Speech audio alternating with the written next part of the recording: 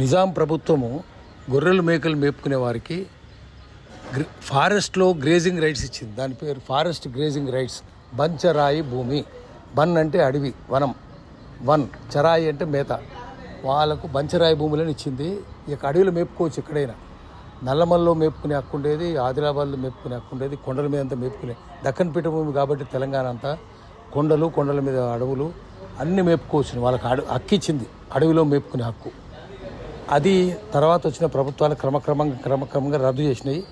ఇప్పుడు అడవిలో మేపుకోవడానికి, అడవిలో పోవడానికే వీల్లేదు. అడవిలో చెంచులనే ఉండనిస్తలేరు, గోండులు కోయలనే ఉండనిస్తలేరు. ఇంకా ఈ గొర్రెల మేకల్ని కాసేవాళ్ళు వేరే ఊరు నుంచి వచ్చిరని రానియరు. ఆ మేపుకునే హక్కు ఇచ్చినందువల్ల నల్లమల్లో కొన్ని ఊర్లు కురుమూలు గొల్లలు ఉన్నాయి. పదర ఉందనుకోండి, పదర పక్కన, అమరాబాద్ పక్కన, ఆ ఊరు నిండా కురుమూలు గొల్లలు ఊరికి 1000-2000 జీవాలు ఉంటాయి.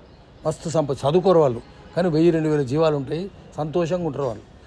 అట్లా నిజాం ఇచ్చినందువల్ల అంతంత ఊర్లు వచ్చినాయి. మధ్యమడుగు పక్కనే ఉంటుంది అది, అమరాబాద్ మండలం. ఇట్లాంటివి అన్నీ ఇప్పుడు కనుమరుగైపోతున్నాయి. చెంచులే ధర్మేస్తారు. ఇంకా కురుమూలు గొల్లలు వాళ్ళని ఆంట్రైపర్స్ కదా, వాళ్ళు ఉండలేరు. ఇది ఒకటి. రెండవది బంజర్ భూముల్లో మేపుకున్నారు. ఊరు చుట్టూ బంజర్ భూములు ఉండేవి. ఇప్పుడు హైదరాబాద్ 100 కిలోమీటర్లు పోయినా కూడా రియల్ ఎస్టేట్ అయినాయి. మొత్తం ఫెన్సింగ్ చేసి పెట్టేసినారు, గోడలు కట్టి పెట్టినారు. ఈ కురుమూలు గొల్లలు పోయి ఏడు మేపుకోవాలి? మేపుకోవడానికే లేదు, చుట్టూ గోడలు ఉండే. ఆ బంజర్ భూములు లేవు ఇప్పుడు. తర్వాత చెరువు చుట్టూ మేపుకోవడానికి హక్కుండే, చెరువు చుట్టూ లేదు. చెరువు చుట్టూ నిజాం రోజుల్లోనే చెరువు చుట్టూ నల్ల తుమ్మలు, అకేషియా నీలోటిక ఆర్ అకేషియా ఇండికా అంటారు దాన్ని. నల్ల తుమ్మలు మొత్తం నాటుతుండే ప్రభుత్వం. ఒకటి నల్ల తుమ్మలు నాటితే ఏమైందంటే ఆ వేల వల్ల చెరువు కట్ట గట్టి పడుతుంది. అది గట్టి పడుతుంది, కొట్టుకపోదు, గండి పడదు వాటికి. తర్వాత చెరువు శిఖం భూముల్లో, ట్యాంక్ బెడ్లో కూడా నల్ల తుమ్మలు పెంచుతారు. వంచులో పెంచితే, అక్కడ ఇక్కడ పెంచితే ఏమవుతుందంటే కురుమూలు గొల్లలు వచ్చి తుమ్మలు కొట్టి వేస్తే దాన్ని మేస్తాయి. అవి ఆకు, కాయ, పువ్వు మేస్తాయి. ముండ్లు ఒకటి వదిలేస్తాయి. ఆ ముండ్లను తీసుకొని పోయే వాళ్ళు కంచెలు వేసుకున్నారు. ఇప్పటిలాగా ఇనుము లేదు, ఫెన్సింగ్. అది కంచె వీళ్ళు చేసినాక కురుమూలు ఉంటేనే వాళ్ళకు ముందు కంచె దొరుకుతుంది. ఒకటి. రెండవది, తిన్నాక చంద్రబాబు నాయుడు కూడా పోయి, ముఖ్యమంత్రులు పోయి, ఏమయ్యా మీరు అడవులు మేపుతున్నారంటే చెంచోలు కూడా చెప్పారు, సార్ అవి గొర్రెల మేకలు మేసినాక గింజ అరగదు సార్, మీద గుజ్జ అరుగుతుంది. నల్ల తుమ్మ గింజను మేస్తాయి, గుజ్జ అరుగుతుంది, కానీ గింజలు అరగాయి, గుజ్జ అరుగుతుంది. అది ఎక్కడ గొతికలు పెడితే, ఎక్కడ షిట్ పెడితే అక్కడ మళ్ళీ చెట్టు మొలుస్తుంది, వేరు మొలుస్తుంది. దానివల్ల అడవి నాశనం కాదు, అడవి రీజనరేషన్ అవుతుంది.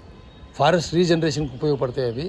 మళ్ళీ మనుషులు నాటాల్సిన పనే లేదు, గొర్రెల మేకలే నాటుతాయి అంటే బయోడైవర్సిటీ ఉంటుంది కదా అని చెప్తే అప్పుడు ముఖ్యమంత్రి కూడా నోరెలు పెట్టిండు. అట్లాంటిది ఇప్పుడు తుమ్మలు లేవు, ట్యాంక్ బెడ్స్లో లేవు, చెరువులన్నీ పోయినాయి, కబ్జాలు అయిపోయినాయి. చాలా చెరువులు కబ్జా అయినాయి. ఉన్న చెరువులు నల్ల తుమ్మలు లేవు, చెరువు కట్ట మీద నల్ల తుమ్మలు ఎక్కడ లేవు. తాటి చెట్లు, ఈత చెట్లే కొట్టిపారేసిరి విదేశీ మద్యం కోసం. అది ఇక్కడ తాగాలి జనం, కళ్ళు తాగొద్దని. ఇదెందుకు కొట్టేసినట్టు? ఎందుకంటే వీళ్ళు చెప్పు చేత పట్టుకునే ఉండాలి.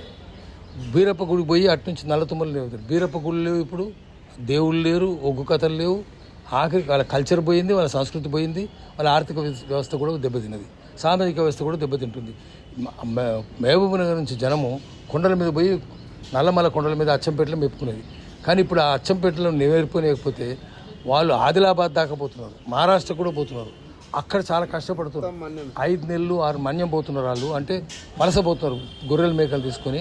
5-6 నెలలు పోతే ఇంట్లో ఏమవుతుంది, తల్లికి ఏమవుతుంది, బిడ్డకి ఏమవుతుంది ఏమీ తెలియదు. ఎప్పుడు చూసినా వాడు ఫోన్ పట్టుకొని ఉంటాడు. ఇప్పుడు పూర్వమైతే ఫోన్లు కూడా లేవు, ఒంటరిగా పోయేటోళ్ళు.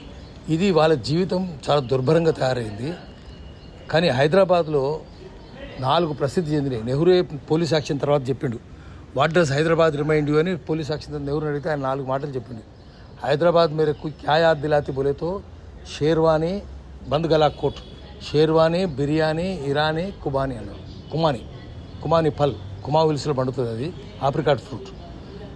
బిర్యానీ అన్నాడు. బిర్యానీ ఎందుకు ఇక్కడ ఉంటుంది? ఆయన నిజాం ఏం చేసిండు, నెహ్రూ ఏం చేసిండు, ఆయన బిర్యానీ వంట బాగా నచ్చుతుంది, హైదరాబాద్ బిర్యానీ. అందుకని పాపులర్, ప్రపంచమంతా పాపులర్ బిర్యానీ.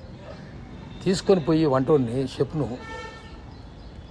తీసుకొని పోయి అక్కడ నుంచి గవర్నమెంట్ గెస్ట్ హౌస్ డిపార్ట్మెంట్ తీసుకొని పోయి నువ్వు ఇక్కడ వంట చేయమన్నాడు. చేసిండు, రుచి లేదు. అది ఎందుకు రుచి లేదంటే అది కాశ్మీర్ నుంచో ఎక్కడి నుంచో వస్తున్నాయి. ఒకటి 80 కిలోలు 90 కిలోలు ఉంటుంది, రుచి లేదు. నల్లమల నుంచి వచ్చినాయి 15 కిలోలు 20 కిలోలు ఫ్యాట్ ఉండదు. అంత ఫ్యాట్ ఏది ఇక్కడ ఫ్యాట్ లేదు.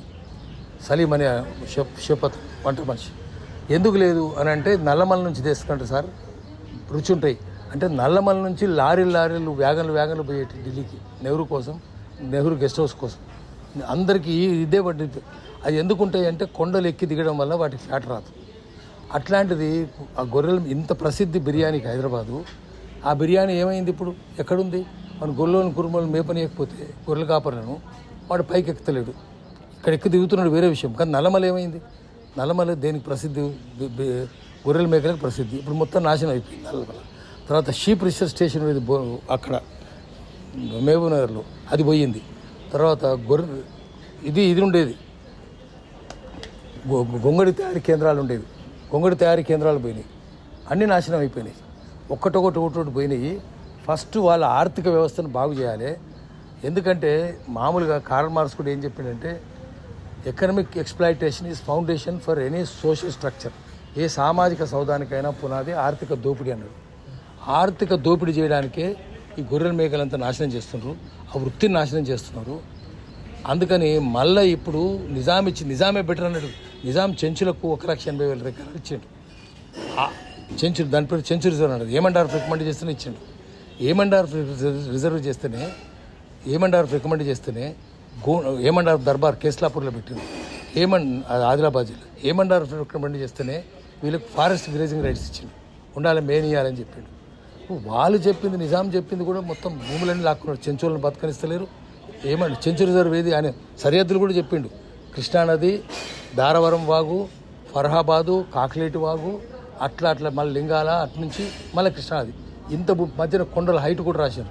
ఇంత భూమి అంతా చెంచు రిజర్వ్. చెంచులను బతకనిస్తలేరు, గొర్రెల కాపరిని బతకనిస్తలేరు, మధ్యమడుగు కూడా ఎవరు ఉండదు, పదర కూడా ఏముండదు, మొత్తం నాశనం అవుతుంది. అందుకని మళ్ళీ వాళ్ళ ఆర్థిక పరిస్థితి గురించి మాట్లాడాలి. మొట్టమొదటి గొర్రెల కురుమోళ్ళు ఎవరు అంటే గొర్రెలు కాసినాడు కురుమోడు. హైదరాబాద్లో కూర్చొని చదువుకున్నాడు, హైదరాబాద్లో కూర్చొని వ్యాపారం చేసినాడు, పాఠాలు చెప్తున్నాడు కాదు. కురు అంటే గొర్రె, వారు అంటే గొర్రెవారు, కురువారు వాళ్ళు బతకాలి. షీప్ రీసెర్చ్ స్టేషన్ పెట్టాలి. మళ్ళీ గొంగడిది కూడా పెట్టాలి. మరాఠీలో కూడా గొంగడి అంటారు. ఖాళీ కమ్లీ వాలే తుంపర్ లాఖో సలాం అంటే మహమ్మద్ ప్రాఫిట్. కమ్లీ అంటే గొంగడి, KMLI. ఖాళీ కమ్లీ వాలా మేరా యార్ హై, మేరా మన్కా మోహన్ బడా దిల్దార్ హై అంటే శ్రీకృష్ణుడు. మళ్ళీ నల్ల గొంగడి వాళ్ళ వృత్తి నల్ల గొంగడి కదా, నేయాలి కదా. నల్ల గొంగడి నేయడానికి ఏమి లేదు. షీప్ రీసెర్చ్ స్టేషన్ లేదు, మాంసం కోసం రీసెర్చ్ స్టేషన్ లేదు.